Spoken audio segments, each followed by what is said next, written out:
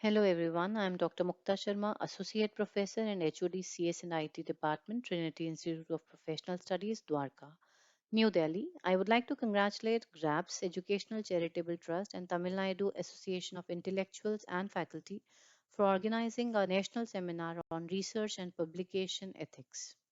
Before I start talking about my topic, I would like to appreciate GRAPS and TAIF for keeping such a relevant topic. I'm truly grateful for this wonderful opportunity and to be part of this national seminar. Research may be a significant criteria for assessing a nation's or generation's progress. As a result, understanding research and publication ethics is critical.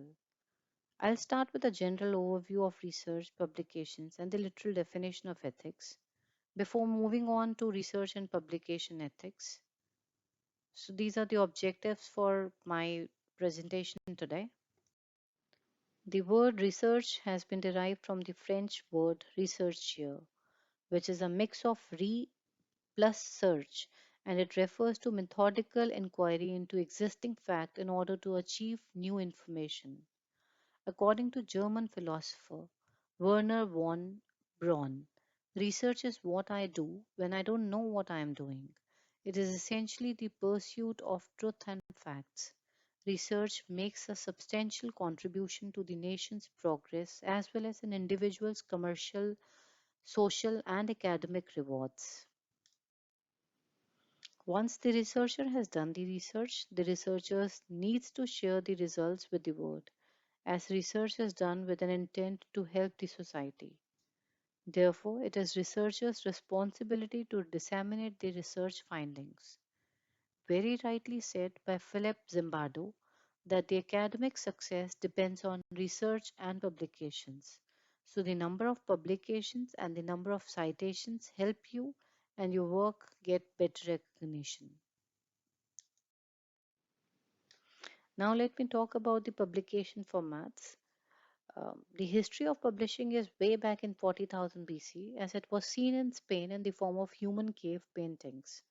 Books were written initially on clay tablets, followed by wood and the bamboo strips, prior to the use of paper and evolution of printing. The knowledge can be shared not only in the form of books, magazines, journals, newspapers, but also in the form of blogs, websites, podcasts, videos, apps, etc. According to Amazon, in year 2011, ebook sales surpassed printed books. Now let me talk about ethics. It is very difficult to interpret the meaning of ethics because everyone has their own way to differentiate right and wrong. The meaning of ethics has changed over several years due to the change in society and its culture. According to the Oxford Dictionary, ethics is the moral principles that govern the personal behavior or the conducting of any activity. Ethics in life hold great importance and aspect of personal, social, and spiritual development. Ethics has been well called the religion of science by Edwin Grant Conklin. In short, one can say ethics are principles that help us distinguish right from wrong, good from bad.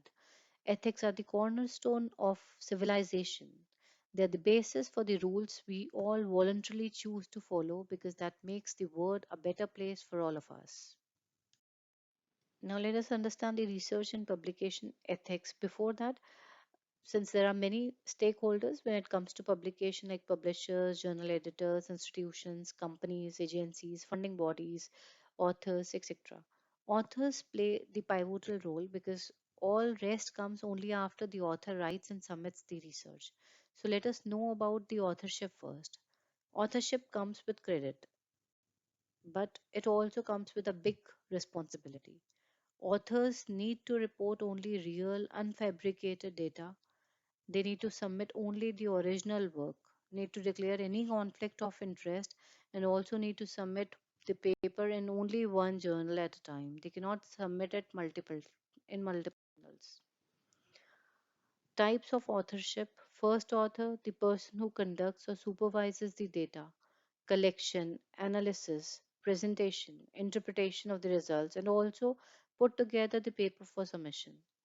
Co-author is a person who makes intellectual contributions to the data analysis and contributes to data interpretation, reviews each paper draft, must be able to present the results, defend the implications, and discuss study limitations. One need to avoid ghost authorship and scientific writers and gift authors. So we need to exclude them, including authors who are the gift authors who have not contributed anything, doesn't solve the purpose. Now let us talk about the ethical misconduct, which can be categorized in three parts: plagiarism, falsification, and fabrication. We'll start from the um, fabrication. So, fabrication is the intentional act of making up research data or results and recording or reporting them. It is an unethical practice as it is a breach of research integrity. Falsification is manipulating research materials, equipments, processes, changing, omitting, and suppressing of research data. Plagiarism is violation of academic norms. It is using someone else's work or idea or image without giving them the proper credit. Now, before I begin with my actual topic, that is plagiarism in research publication is a boon or a bane, let us first understand what is plagiarism. The word plagiarism is derived from the Latin word plagiare, which means to kidnap or abduct. It's an act of stealing someone else's work and showing off as one's own. So before we discuss about plagiarism is a boon or a bane, I believe that we must be familiar with the concept like types of plagiarism, why someone plagiarized the data, idea or content of someone else. We'll also discuss about its consequences and in the end we'll try to see how to avoid the plagiarism. So now let us discuss about the plagiarism. So one of the most common type of publication misconduct is plagiarism, when one author deliberately uses another author's work without permission, credit, or acknowledgement. Plagiarism is a problem that comes from the lack of creativity, copying the expression of others. Plagiarism is hard to define in any precise way. At the simplest level, it is copying text from other authors and using them as if they were their own. Now, why do researchers plagiarize? Researchers plagiarize due to the following reasons. First, the study pressure because they have a deadline to submit the paper in some particular conference or a journal at a particular date. They don't want to miss it and they need to compile the entire thing prior to that. Disorganized research, poor study habits, cut and paste culture, which is a very common one. Language as a barrier. English as an international language is usually followed to submit the paper. And if somebody is not very much well versed with English, they may be trusting the copy paste method, cut and paste method. Lack of understanding about plagiarism, lack of understanding about the seriousness and the consequences of plagiarizing the data, lack of strict academic discipline, lack of referencing skills, and laziness, of course, because you just feel like copying the data and pasting it so that you don't have to put in good efforts. Now, types of plagiarism.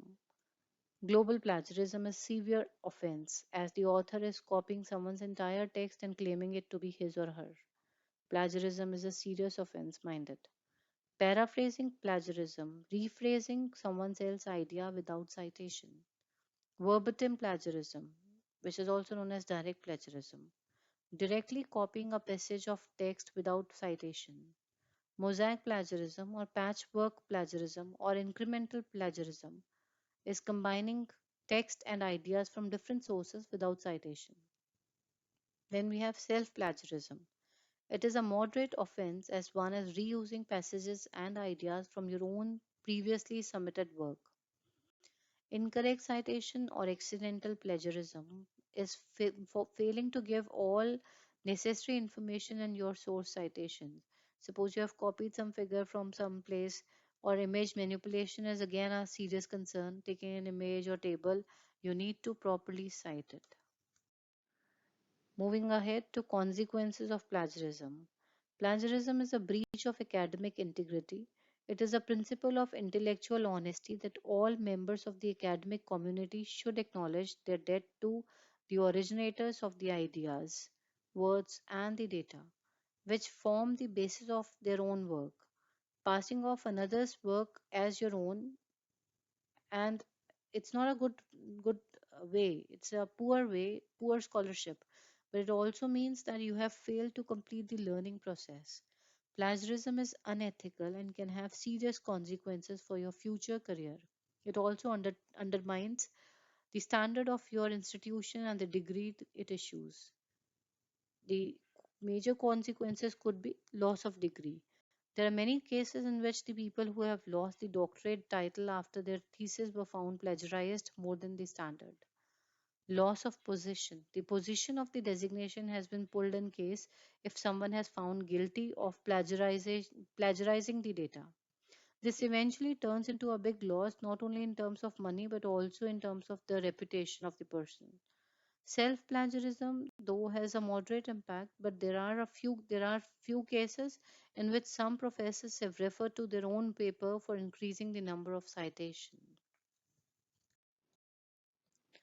Now let us see how to handle and prevent the plagiarism. Literal copying or global copying is copying someone's entire text and claiming to be yours. It is illegal to avoid it is illegal, and to avoid it, keep track of sources you used while researching and where you used it in your paper. Make sure you fully acknowledge and properly cite the original source in your paper. Use quotation marks around word for word text and reference properly. Substantial copying. If you have copied the content from another source, to avoid plagiarism, ask yourself if your work has benefited from the skills and judgment of the original author. The degree to which you answer yes will indicate whether substantial copying has taken place or not. If so, please ensure to cite the original source. Paraphrasing, reproducing someone else's idea in your own word without permission and acknowledgement of the original source. To avoid it, make sure that you understand what the original author means. Never just copy and paste the words that you do not fully understand. I've seen many people who are just copying the data and just pasting it, and they are just trying to change the language. So do not do that until the time you understand the actual meaning of it. So do not just copy paste it, do not just try to paraphrase it, but paraphrase it with the same meaning. The meaning should not change. Think about how the essential ideas of the source related to your own work until you can deliver the information to others without referring to the source. Compare your paraphrasing with source to make sure you retain the intended meaning even if you change the words. The next is text recycling, reproducing your old work and resubmitting it for publication as an entirely new paper.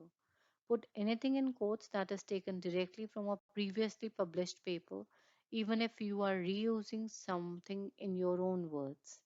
Make sure to reference the source accordingly.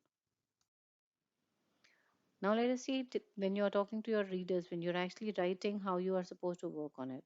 So, when you want to quote exact words, cite the paper or the book, put it in the quotation mark. Suppose I want to cite somebody's words, somebody has said something. So, if I want to mention the exact word, the same words, so I have to put them in quotation and then I have to actually cite that thing also from where I have actually picked that thing. Then, when you have written the content yourself, cite it, but do not put it in quotation marks because these are not the author's original wordings. There's something which you have paraphrased, so you don't need to put the quotation, but you have to put the citation. That is essential because in from which book you have taken the data, it is very much essential. It is required. When writing your original idea, you don't need to cite it or you don't need to put anything in quotes because that is your own ideas, that is your own innovation. So you don't need to actually worry about that thing. Then plagiarism tools. Let us understand it is a good practice to check the paper for plagiarism before submission. So there are multiple tools like Authenticate, Turnitin, Small SEO, Grammarly, etc. are anti-plagiarism softwares to scan the manuscript submitted. The software highlights the sentences that are not original and identifies the primary online source. Sentences also shows the which has the highest similarity index. It actually turns the color and it shows you that it has been copied from these referencing or sources. Editors have the benefit of detecting the copied sentences during the initial review process only and then reject or select the paper accordingly. Now, let me conclude my presentation. Years of research, innovation, and discussion have resulted in a cumulative body of knowledge in all domains. When conducting research on any topic, it is critical to include a literature review, which entails reviewing and citing other persons' work, as well as identifying research gaps for which your paper suggests a remedy or a solution. While involving in and using literature or discussing the work of other authors, you need to properly acknowledge them, you need to cite them, it is mandatory, it is required. Otherwise, you need to bear the plagiarism issues and consequences. The author must be acknowledged. This not only acknowledges their work, but it also actually assists you to reinforce your case by stating the foundation on which you base it. Furthermore, excellent citation style allows your reader to examine the correctness of your view by following up on your source. So these are the sources which I refer to design this presentation. Thank you so much.